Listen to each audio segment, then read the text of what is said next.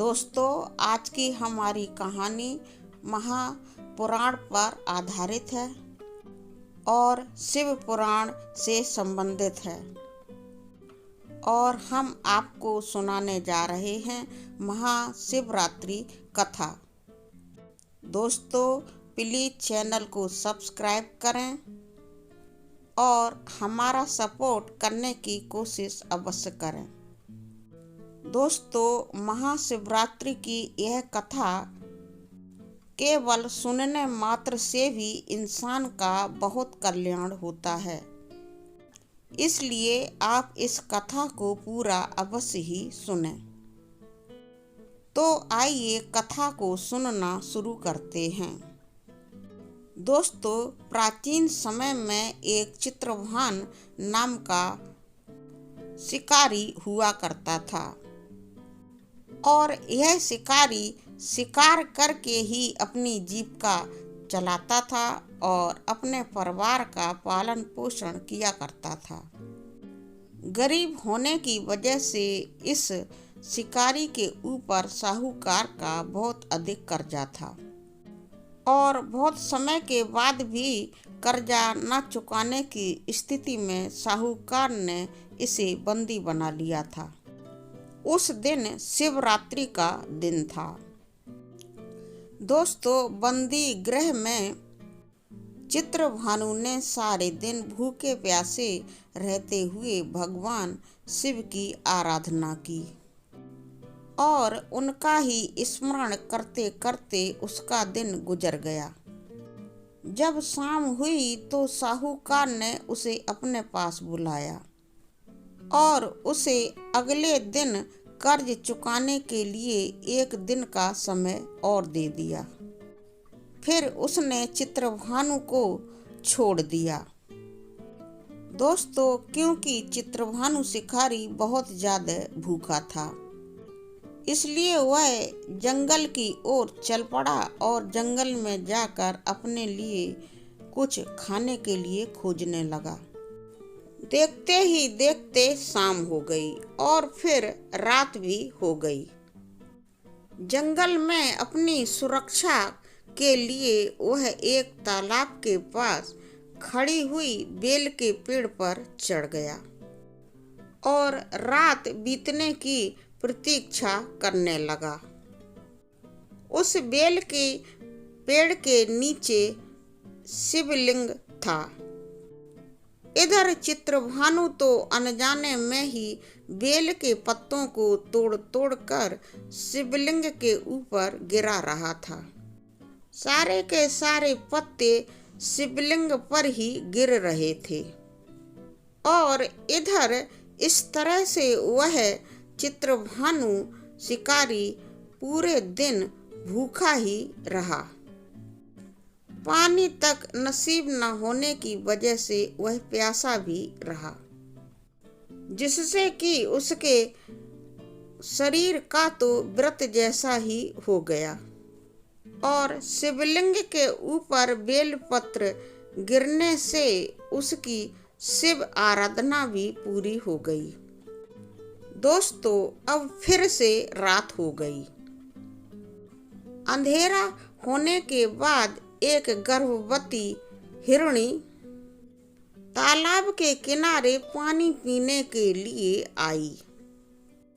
तभी चंद्रभानु शिकारी को उसके आने की आहट मिली और फौरन ही वह शिकारी उस गर्भिणी हिरणी का शिकार करने के लिए तैयार हो गया।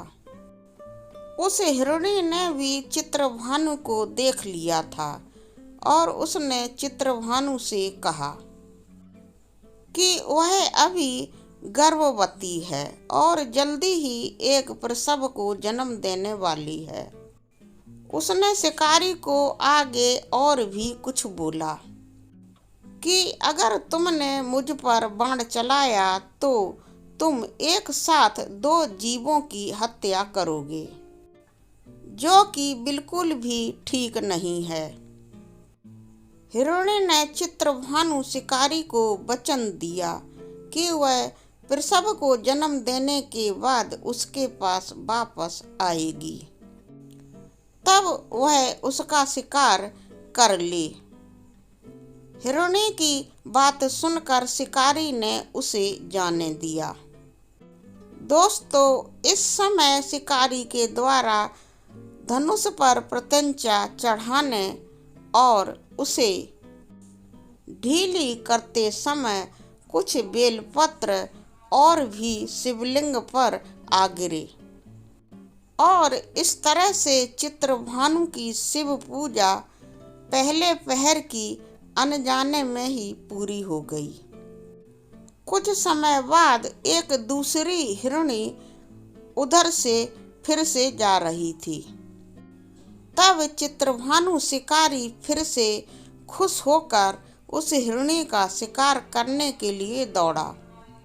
तब उस हिरणी ने भी उस शिकारी से निवेदन किया कि हे शिकारी, मैं तो अभी थोड़ी देर पहले ही ऋतु से निवृत्त हुई हूँ और कामातुर गृहिणी हूँ।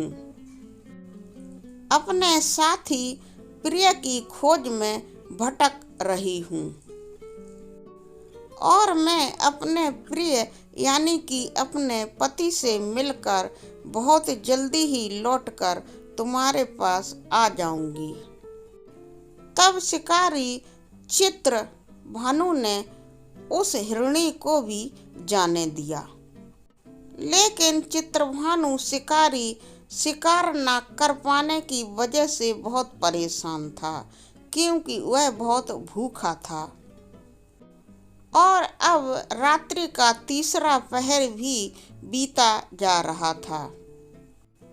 चित्रभानु की मन की हलचल की वजह से इस बार भी कुछ बेलपत्र सोता ही टूट टूट कर शिवलिंग पर जा गिरे, जिससे उसकी दूसरे पहर की शिव भगवान की पूजा फिर से अनजाने में ही संपन्न हो गई। दोस्तों, तभी एक हिरणी अपने बच्चों के साथ उधर से जा रही थी। तभी चित्रभानु ने उसका शिकार करने की योजना बना ली। तब उस हिरणी ने माँ के रूप में उस शिकारी से कहा, हे शिकारी, मैं अपने इन बच्चों को इनके पिता के पास छोड़ने जा रही हूँ। शीघ्र ही वापस आऊंगी। इस समय तुम मुझे मत मारो। तब शिकारी ने अपने मन में सोचा कि मैं 2 बार भी इसी तरह पहले मूर्खता कर चुका हूँ और बहुत भूखे होने पर भी मैं अपने 2 शिकार पहले भी छोड़ चुका हूँ। घर पर उसका सारा परिवार भी भूख प्यास से तड़प रहा होगा। उसके मन की बात को हिरणी ने समझ लिया और उससे कहा कि हे शिकारी, तुम मेरा विश्वास करो।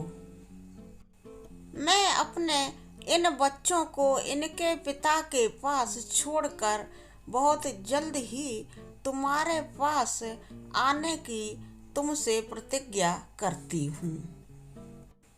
दोनों के बीच इस तरह की वार्तालाप होते होते ही सुबह हो जाती है और शिकारी के द्वारा जागरण करने की वजह से कुछ बेलपत्र और टूटकर शिवलिंग के ऊपर जा गिरते हैं। और दोस्तों, इस वजह से शिकारी के द्वारा अनजाने में ही शिवलिंग की यानी कि महाशिव की पूजा पूरी हो जाती है। चित्रभानु शिकारी के द्वारा अनजाने में ही उपवास और रात्रि जागरण भी हो जाता है। दोस्तों, अब इसी बीच इस बार एक हिरण उधर रास्ते से गुजरता हुआ जा रहा है। और अब शिकारी ने इस हिरण का शिकार करने के लिए पूरा पक्का मन बना लिया है। लेकिन यह क्या, चित्रभानु को प्रत्यंचा चढ़ाए हुए देखकर हिरण ने उससे कहा, हे शिकारी, अगर तुमने मेरे से पहले 3 हिरणियों एवं उनके बच्चों का शिकार कर लिया हो तो तुम मुझे भी मार दो, ताकि मुझे उन सब के वियोग में दुखी न होना पड़े। उसने आगे शिकारी से कहा कि अगर तुमने उन सब को जीवन दान दिया है तो कुछ समय के लिए उसे भी जीवन दान दे दो। वह उन सब से मिलकर वापस शिकारी के पास आ जाएगा। अब दोस्तों, हिरण की बातों को सुनकर शिकारी के मन में बीती हुई रात का पूरा घटनाक्रम सामने आ जाता है और उसने रात की सारी घटनाएं उस हिरण को बताईं। तब हिरण ने उसको बताया कि वह तीनों हिरणियां उसकी पत्नियां हैं और जिस प्रकार वे तीनों प्रतिज्ञाबद्ध होकर गई हैं, उसकी मृत्यु होने से वे अपने धर्म का पालन नहीं कर पाएंगी। अब जिस प्रकार तुमने उनके ऊपर विश्वास करके उनको जाने दिया है, ठीक वैसे ही मुझ पर विश्वास करके मुझे भी जाने दो। उस हिरण ने शिकारी से निवेदन किया कि वह अपने परिवार के साथ जल्दी ही वापस आकर उसके सामने उपस्थित हो जाएगा। दोस्तों, यहाँ पर चित्रभानु ने बहुत सोच विचार किया और उस हिरण को भी वहाँ से जाने दिया, क्योंकि दोस्तों, अनजाने में ही शिवरात्रि व्रत और शिव की पूजा होने से चित्रभानु का मन बहुत निर्मल हो गया था और उसके मन में भक्ति की शक्ति की भावना जागृत हो गई थी। लेकिन इधर दोस्तों, वह हिरण अपनी तीनों हिरणी पत्नियां और उनके बच्चों के साथ यानी कि परिवार सहित उस शिकारी के सामने उपस्थित हो जाता है, क्योंकि उसने चित्रभानु शिकारी से ऐसा ही वादा किया था।